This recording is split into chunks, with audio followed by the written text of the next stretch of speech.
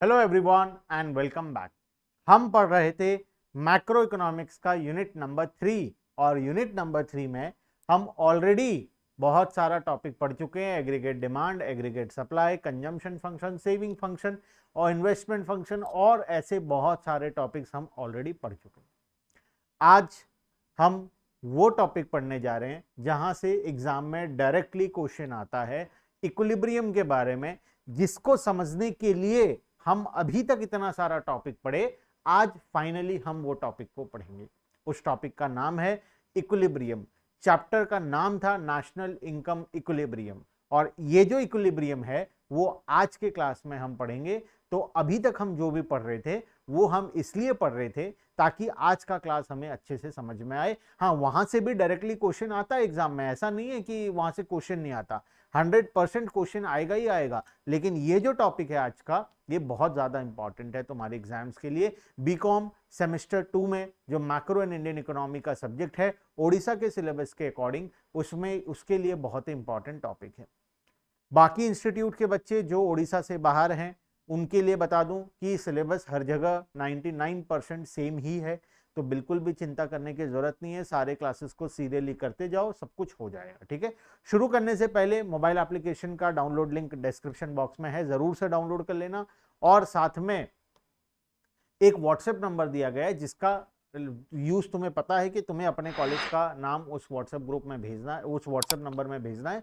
हम तुम्हें तुम्हारे कॉलेज के ग्रुप में ऐड कर देंगे। ठीक है, चलो फटाफट से शुरू करते हैं। टॉपिक का नाम है आज का aggregate demand aggregate supply approach, ADAS approach. आज हम इक्विलिब्रियम पढ़ेंगे और इक्विलिब्रियम दो तरीके से आता है। ठीक है, इक्विलिब्रियम दो तरीके से आता है।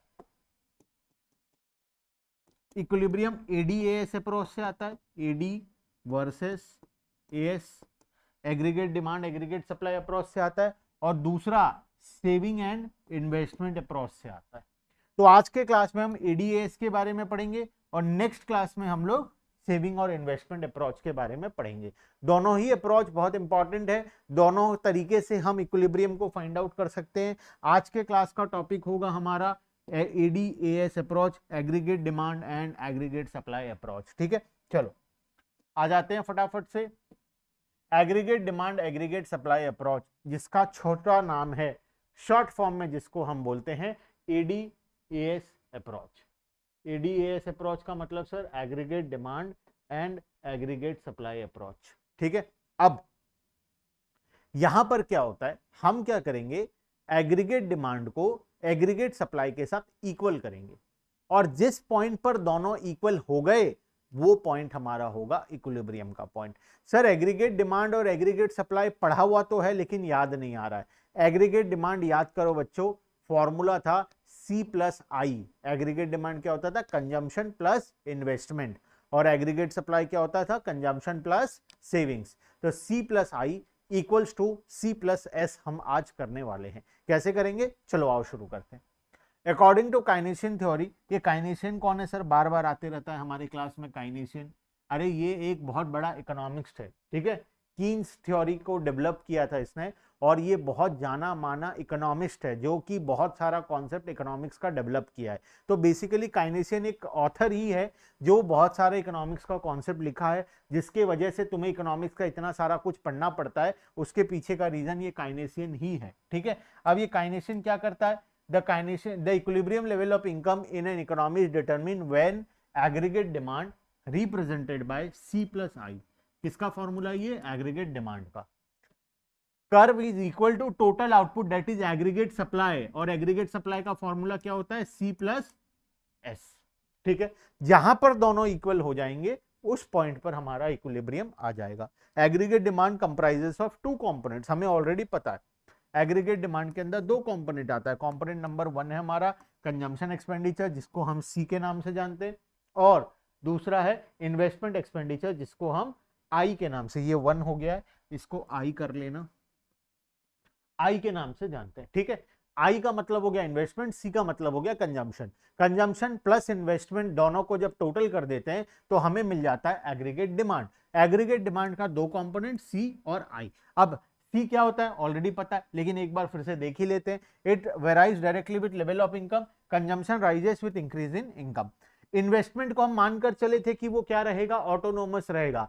हम इन्वेस्टमेंट फंक्शन के अंदर दो प्रकार का इन्वेस्टमेंट पढ़े थे, एक तो था ऑटोनोमस इन्वेस्टमेंट और दूसरा था इंड्यूस्ड इन्वेस्टमेंट। पिछले क्लासेस में याद करो, एक दो क्लास के पहले ही हम लोग पढ़े थे इन्वेस्टमेंट फंक्शन, जहां पर हम दो प्रकार का इन्वेस्टमेंट पढ़े थे, ऑटोनोमस एंड इंड्यूस्ड। ऑटोनोमस हमेशा कांस्टेंट रहता है चाहे कुछ भी हो जाए, और इंड्यूस्ड इन्वेस्टमेंट जो होता है वो तुम्हारे लेवल ऑफ इनकम के अकॉर्डिंग डिटरमिन होता है। अगर इनकम बढ़ेगा तो इंड्यूस्ड इन्वेस्टमेंट भी बढ़ेगा, अगर इनकम कम होगा तो इंड्यूस्ड इन्वेस्टमेंट भी हमारा कम हो जाएगा। ठीक है, देखो सेकंड पॉइंट हमारा है इन्वेस्टमेंट के बारे में, और हम क्या मानकर चलते हैं, investment is assume to be the independent of level of income, that is investment expenditure is autonomous. इसका मतलब कांस्टेंट, ये हमेशा फिक्स रहेगा, हम इन्वेस्टमेंट को बार बार नहीं बदलेंगे। क्या रियल लाइफ में ऐसा होता है, इन्वेस्टमेंट फिक्स होता है? नहीं होता है रियल लाइफ में।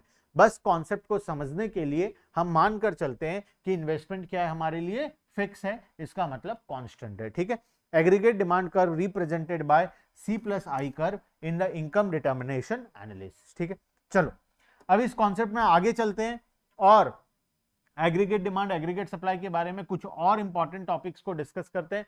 Aggregate supply is the total output of goods and service in the national income. It is depictable by 45 degree line. ये किसके बारे में बात कर रहा है, एग्रीगेट सप्लाई। यहां पर हेडिंग दे दो एग्रीगेट सप्लाई।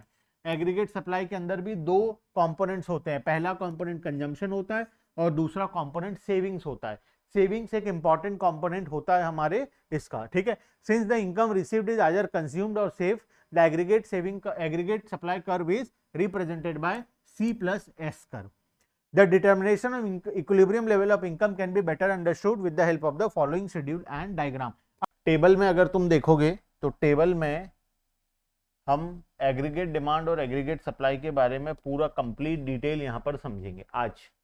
ठीक है, हम already aggregate demand aggregate supply approach में फॉर्मूला वाइज तो देख लिए कि कब जाकर इक्विलिब्रियम होगा। अब इस टेबल में आ जाओ, इस टेबल से तुम्हें पूरा कॉन्सेप्ट क्लियर हो जाएगा। ठीक है, देखो एग्रीगेट डिमांड एग्रीगेट सप्लाई, यहां पर हमें क्या क्या बनाया गया है। यहां पर सबसे पहले एम्प्लॉयमेंट है जिसका फिलहाल हमें कोई काम नहीं है। ठीक है, यहां से देखना शुरू करो, यहां पर इनकम है, ये कंजम्पशन है, ये सेविंग है और ये इन्वेस्टमेंट है।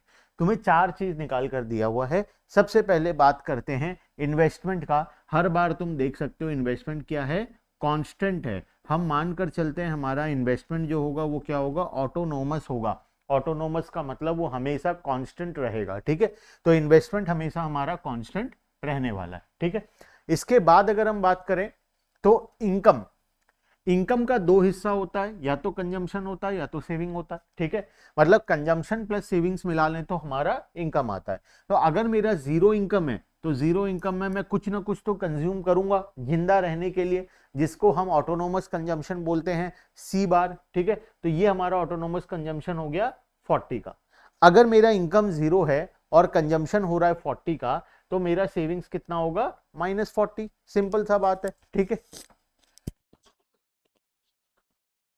अब सेविंग्स तो आ गया -40 का। यहां पर देखेंगे एग्रीगेट डिमांड का फॉर्मूला। एग्रीगेट डिमांड का फॉर्मूला क्या होता है, C+I। C कहां पर है, ये रहा कंजम्पशन, और I ये रहा। I तो हमेशा 40 रहने वाला है हमारे एग्जांपल में, और कंजम्पशन हर बार बदलेगा। तो पहले जब कंजम्पशन 40 था, इन्वेस्टमेंट 40 था, तो एग्रीगेट डिमांड कितना हो गया, 80 हो गया। नेक्स्ट केस में जब मेरा इनकम इंक्रीज हुआ, जीरो से इंक्रीज होकर अब मेरा इनकम आ गया 100 में, तो जब मेरा इनकम 100 हुआ तो मेरा कंजम्पशन 40 से इंक्रीज होकर 120 आ गया। तो अब मेरा सेविंग्स की जगह डिससेविंग्स हो रहा है। पहले भी हो रहा था, लेकिन पहले -40 हो रहा था, अब सिर्फ -20 हो रहा है। तो -20 अगर होगा, इन्वेस्टमेंट तो 40 का 40 रहेगा। तो बात करते हैं एग्रीगेट डिमांड। एग्रीगेट डिमांड का फॉर्मूला क्या है, C+I। C+I कंजम्पशन कितना है, 120 और इन्वेस्टमेंट है 40, तो टोटल आ गया 160। उसी तरीके से तुम एग्रीगेट सप्लाई भी निकाल सकते हो। एग्रीगेट सप्लाई देखो, C+S कंजम्पशन प्लस सेविंग्स, दोनों चीज तुम्हें दिया हुआ है। ये रहा कंजम्पशन, ये वाला ग्राफ, और ये रहा सेविंग्स। ये दोनों को टोटल करोगे तो तुम्हारा आ जाएगा एग्रीगेट सप्लाई। पहले वाले केस में +40 -40 तो आ गया 0, 120 -20 तो आ गया 100, इसी तरीके से 200 + 0 200। तो ये तो बहुत सिंपल है, ये निकलते जाएगा आसानी से। ठीक है, उसी तरीके से एग्रीगेट डिमांड और एग्रीगेट सप्लाई तुम हर एक केस में कैलकुलेट कर सकते हो। मुझे जो इंपॉर्टेंट बात यहां पर तुम्हें सिखाना है वो है लास्ट वाले कॉलम में, रिमार्क्स कॉलम में। रिमार्क्स कॉलम में तुम देख सकते हो कि इनिशियली एग्रीगेट डिमांड हमारा ज्यादा है एग्रीगेट सप्लाई से। देखो ये 80 है तो ये 0 है, ये 160 है तो ये सिर्फ 100 है, ये 240 है तो ये 200 है, ये 320 है तो ये 300 है। तो इनिशियली जब हमारा इनकम इंक्रीज होता है तो इनिशियली क्या होता है, हमारा एग्रीगेट डिमांड ज्यादा होता है, एग्रीगेट सप्लाई कम होता है। तो इसके कारण aggregate demand is always more than aggregate supply. कब होता है ये? स्टार्टिंग में, ठीक है।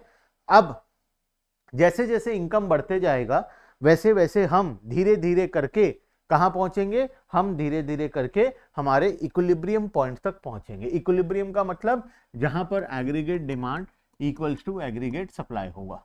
और वो पॉइंट कौन सा है? हमारे एग्जांपल में वो पॉइंट है ये वाला 400 वाला पॉइंट, जहां पर हमारा एग्रीगेट डिमांड और एग्रीगेट सप्लाई दोनों एक दूसरे के साथ इक्वल हो गया। और दोनों इक्वल होने के कारण इस पॉइंट को हम क्या बोलेंगे? इक्विलिब्रियम पॉइंट हम लोग बोलेंगे, ठीक है। इसके बाद अगर हम इक्विलिब्रियम को क्रॉस करके बियॉन्ड चले जाएं, आगे चले जाएं इक्विलिब्रियम को क्रॉस करके, तो क्या होगा?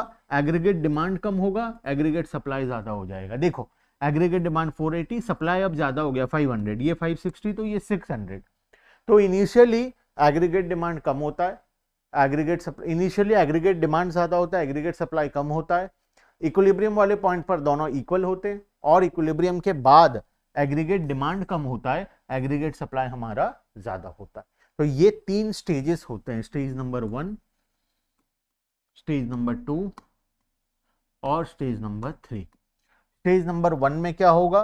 स्टेज नंबर 1 में हमारा आएगा, स्टेज नंबर 1 में आएगा हमारा aggregate demand is more than aggregate supply. उसके बाद आता है stage 2 when aggregate demand is equal to aggregate supply. और उसके बाद आता है stage number 3 when aggregate demand is less than aggregate supply. Clear है बात? तो ये तीनों जो पॉइंट हैं, इन तीनों पॉइंट से हम लोग क्या कर सकते हैं, हम हमारे डायग्राम को भी रिलेट कर सकते हैं। तो डायग्राम को रिलेट करना है, आ जाओ डायग्राम में मैं तुम्हें फिर से ले चलता हूं। हमारा नेक्स्ट जो पॉइंट है वो डायग्राम के बारे में। देखो डायग्राम को ध्यान से देखो, ठीक है। डायग्राम में हमें कुछ पॉइंट दिखाया गया है। पॉइंट ई जो है वो इक्विलिब्रियम पॉइंट है। Point E is your equilibrium point. Equilibrium से पहले अगर मैं बात करूं तो this is aggregate supply and this is aggregate demand, लिखा हुआ है C+I, ठीक है। तो नीचे वाला कर्व जो एग्रीगेट डिमांड का, ऊपर वाला कर्व एग्रीगेट सप्लाई का। इक्विलिब्रियम से पहले इस पॉइंट में क्या हो रहा है? इस पॉइंट में aggregate demand equals to aggregate supply हो रहा है, ठीक है। इस पॉइंट के पहले क्या हो रहा है? इस पॉइंट के पहले देखो ये है हमारा एग्रीगेट डिमांड का कर्व और ये है हमारा एग्रीगेट सप्लाई का कर्व। तो क्लियरली तुम्हें दिखाई दे रहा होगा aggregate demand is more than aggregate supply, ठीक है। इक्विलिब्रियम पॉइंट पर दोनों इक्वल है। और इसके बाद क्लियरली दिखाई दे रहा है एग्रीगेट सप्लाई ऊपर है और एग्रीगेट डिमांड नीचे है। तो यहां पर क्या होगा? Aggregate supply is more than aggregate demand. Clear है बात? तो डायग्राम में क्लियर कट तुम्हें दिखाई दे रहा है एग्रीगेट सप्लाई के बारे में और एग्रीगेट डिमांड के बारे में, ठीक है। आ जाओ अब कुछ और इंपॉर्टेंट बातें जो हमें एग्जाम के लिए पढ़ना है, जो एग्जाम में क्वेश्चन आए कि aggregate demand aggregate supply concept से तुम इक्विलिब्रियम को समझाओ। अगर ऐसा कोई क्वेश्चन आता है तो हमें क्या करना पड़ेगा? हमें पहले एग्रीगेट डिमांड एग्रीगेट सप्लाई को फॉर्मूला वाइज इक्वल करना पड़ेगा।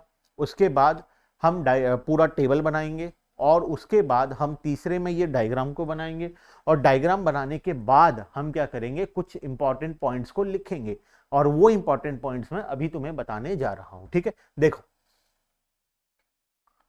यहां पर बहुत सारी बेकार की बातें दी हुई है, ठीक है। देखो it is a situation of effective demand, last वाले लाइन में डायरेक्टली आ जाओ। बाकी का लाइन तुम्हें पढ़ना है, तुम पढ़ सकते हो तुम्हारे लिए, लेकिन फिलहाल के लिए मैं लास्ट लाइन में आता हूं। Effective demand refers to that level of aggregate demand which becomes effective because it is equal to aggregate supply। अगर एग्रीगेट डिमांड ज्यादा है एग्रीगेट सप्लाई से, तुम बताओ क्या ये डिमांड फुलफिल हो सकता है? हो ही नहीं सकता, बिकॉज एग्रीगेट सप्लाई ही नहीं है। सोच कर देखो, कोई दुकान वाला 10 यूनिट बेचने के लिए रखा है, उसके दुकान में 10 यूनिट का स्टॉक है, लोग लाइन लगाकर खड़े हैं 20 लोग खरीदने के लिए, क्या 20 के 20 लोगों को सामान मिलेगा? Obviously not. डिमांड कितना फुलफिल होगा? जितना सप्लाई है। तो मैक्सिमम डिमांड हम कितना फुलफिल कर सकते हैं? जितना सप्लाई है। तो इनकेस एग्रीगेट डिमांड ज्यादा है, एग्रीगेट सप्लाई कम है, तो इफेक्टिव डिमांड कितना होगा? जितना सप्लाई है।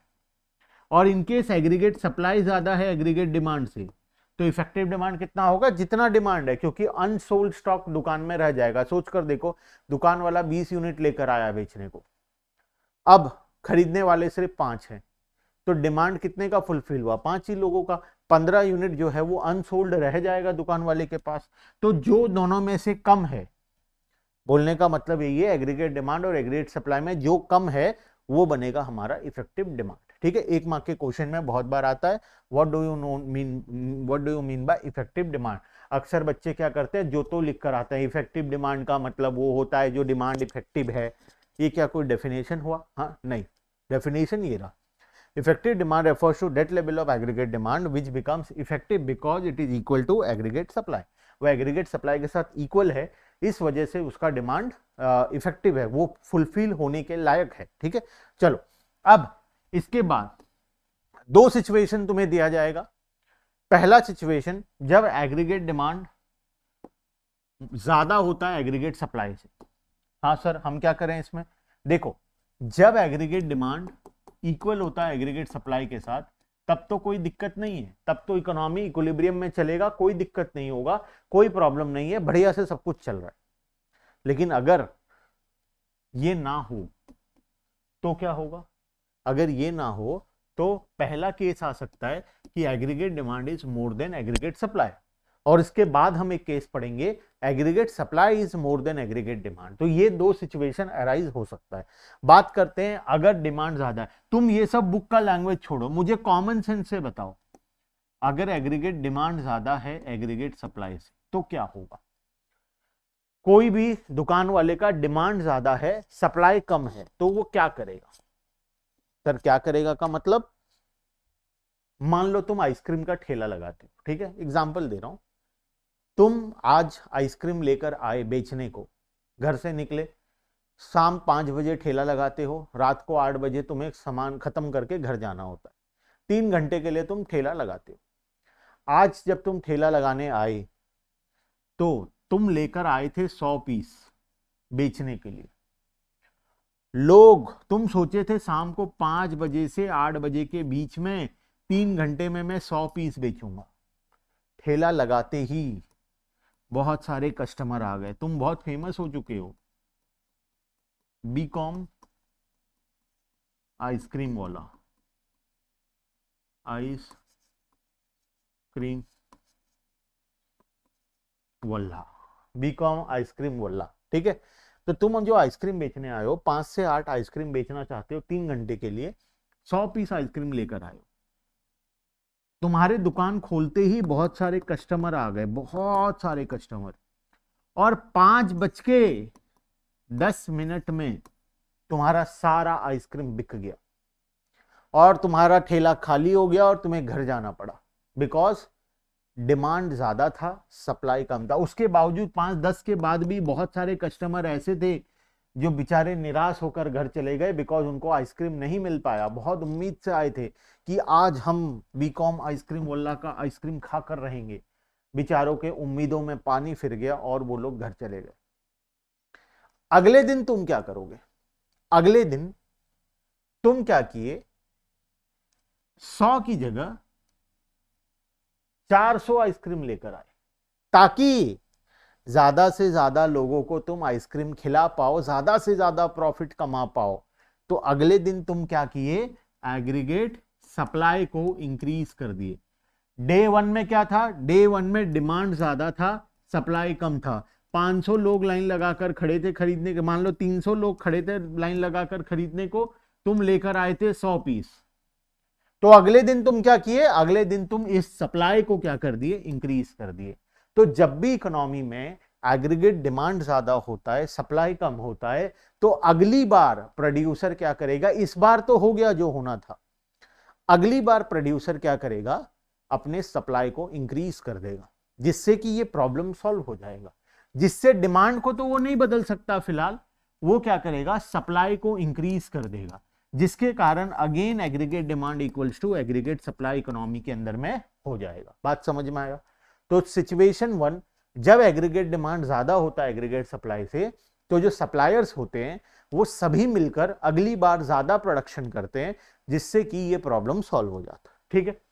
सिचुएशन नंबर 2, अब देखो ये सारा चीज यहां पर लिखा हुआ है, तुम चाहो तो पढ़ सकते हो। ठीक है, मैं पूरा लॉजिक तुम्हें समझा दिया, एक बार चलो पढ़ भी लेते हैं। When planned expanding aggregate demand is more then planned output, then curve lies above the 45 degree line. It means that consumer and firms together would be buying more goods than firm are willing to produce. As a result, the planned inventory will fall below the desired level. To bring the inventory back to the desired level, firm would restore to increase in employment. वो लोग ज्यादा लोगों को higher करेंगे, ज्यादा output generate करेंगे और अगली बार ज्यादा यूनिट को बेचने का कोशिश करेंगे, जिससे एग्रीगेट सप्लाई बढ़ जाएगा, aggregate demand equals to aggregate supply हो जाएगा। क्लियर है?